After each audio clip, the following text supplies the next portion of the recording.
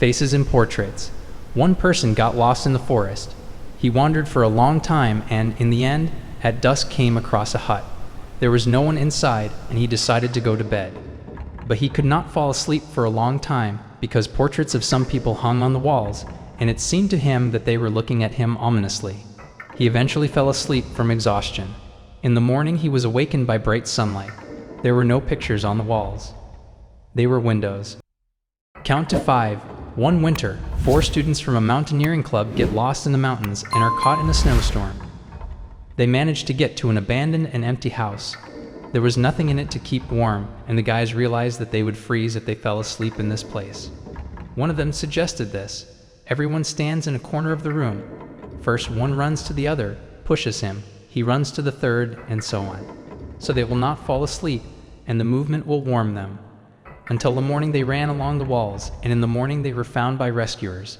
When the students later spoke of their salvation, someone asked, "If there is one person in each corner, then when the 4th reaches the corner, there should be no one there. Why didn't you stop then?" The 4 looked at each other in horror. No, they never stopped. Damaged film. One girl photographer decided to spend the day and night alone in the deep forest. She was not afraid because it was not the first time she went hiking. All day she photographed trees and grasses with a film camera, and in the evening she settled down to sleep in her small tent. The night passed quietly. The horror overtook her only a few days later.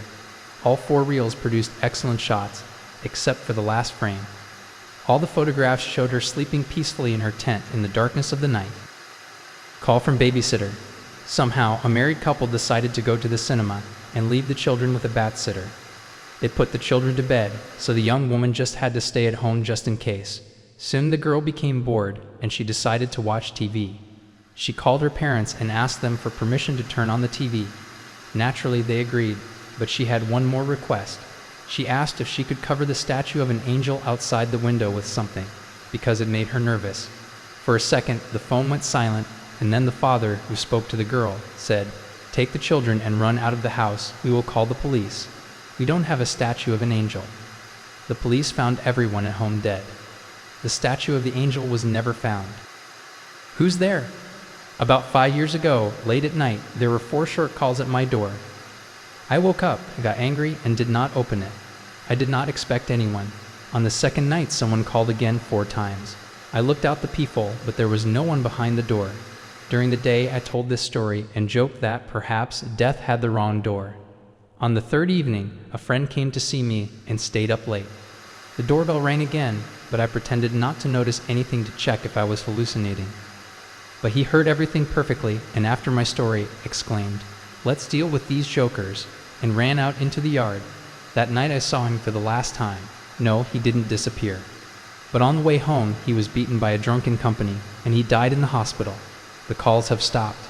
I remembered this story because last night I heard 3 short knocks at the door. Twin. My girlfriend wrote today that she did not know that I have such a charming brother and even a twin. It turns out that she had just stopped by my house, not knowing that I was late at work until the night, and he met her there. He introduced himself, offered me coffee, told some funny stories from his childhood, and walked him to the elevator. I don't even know how to tell her that I don't have a brother. Raw mist. It was in the mountains of Kyrgyzstan. The climbers set up camp near a small mountain lake. Around midnight, everyone wanted to sleep. Suddenly, a noise was heard from the side of the lake, either crying or laughter. Friends, there were 5 of them, decided to check what was the matter. They did not find anything near the shore, but they saw a strange fog in which white lights shone. The guys went to the lights. We took only a couple of steps towards the lake, and then one of the last ones noticed that he was knee-deep in icy water. He jerked the 2 closest to him. They came to their senses and climbed out of the fog. But the 2 that went ahead disappeared into the fog and water. It was impossible to find them in the cold, in the dark. In the early morning, the survivors hurried for the rescuers. They didn't find anyone, and by evening, those 2 who had just plunged into the fog died. Photo of a girl. One high school student was bored at the lesson and looked out the window. On the grass, he saw a photograph thrown by someone. He went out into the yard and picked up a picture. It turned out to be a very beautiful girl. She was wearing a dress, red shoes, and she showed a V sign with her hand. The guy began to ask everyone if they had seen this girl, but no one knew her. In the evening, he put the photo near the bed. and at night he was awakened by a quiet sound, as if someone was scratching at the glass. A woman's laughter echoed in the darkness outside the window. The boy left the house and began to look for the source of the voice. He quickly moved away, and the guy did not notice how, hurrying after him, he ran out onto the roadway. He was hit by a car. The driver jumped out of the car and tried to save the victim, but it was too late. And then the man noticed on the ground a photograph of a beautiful girl. She was wearing a dress, red shoes, and she was showing 3 fingers. Grandma Marfa. This story was told to the granddaughter by the grandfather. As a child, he ended up with his brothers and sisters in the village, which was approached by the Germans. The adults decided to hide the children in the forest, in the forester's house. We agreed that Baba Martha would bring food to them, but it was strictly forbidden to return to the village. So the children lived through May and June. Every morning Martha left food in the barn. At first, the parents also ran, but then they stopped. The children looked at Martha through the window. She turned and silently, sadly looked at them and baptized the house. One day, 2 men came up to the house and called the children with them. They were partisans. The children learned from them that their village had been burned down a month ago. Baba Marfa was also killed.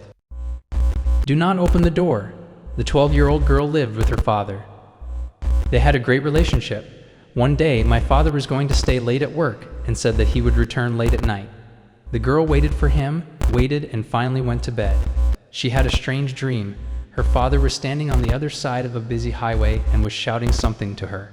She barely heard the words, "Don't open the door." And then the girl woke up from the call. She jumped out of bed, ran to the door, looked through the peephole, and saw her father's face. The girl was about to open the lock as she remembered the dream, and the father's face was somehow strange. She stopped. The bell rang again.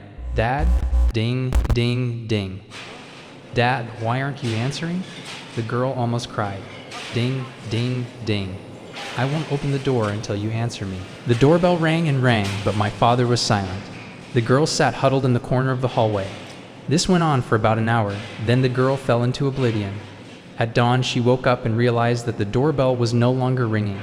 She crept up to the door and looked through the peephole again. Her father was still standing there, looking straight at her. The girl cautiously opened the door and screamed.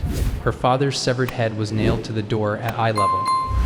Attached to the doorbell was a note with only 2 words, "Smart girl." Did you like the stories? Then I'm waiting for your comments and likes.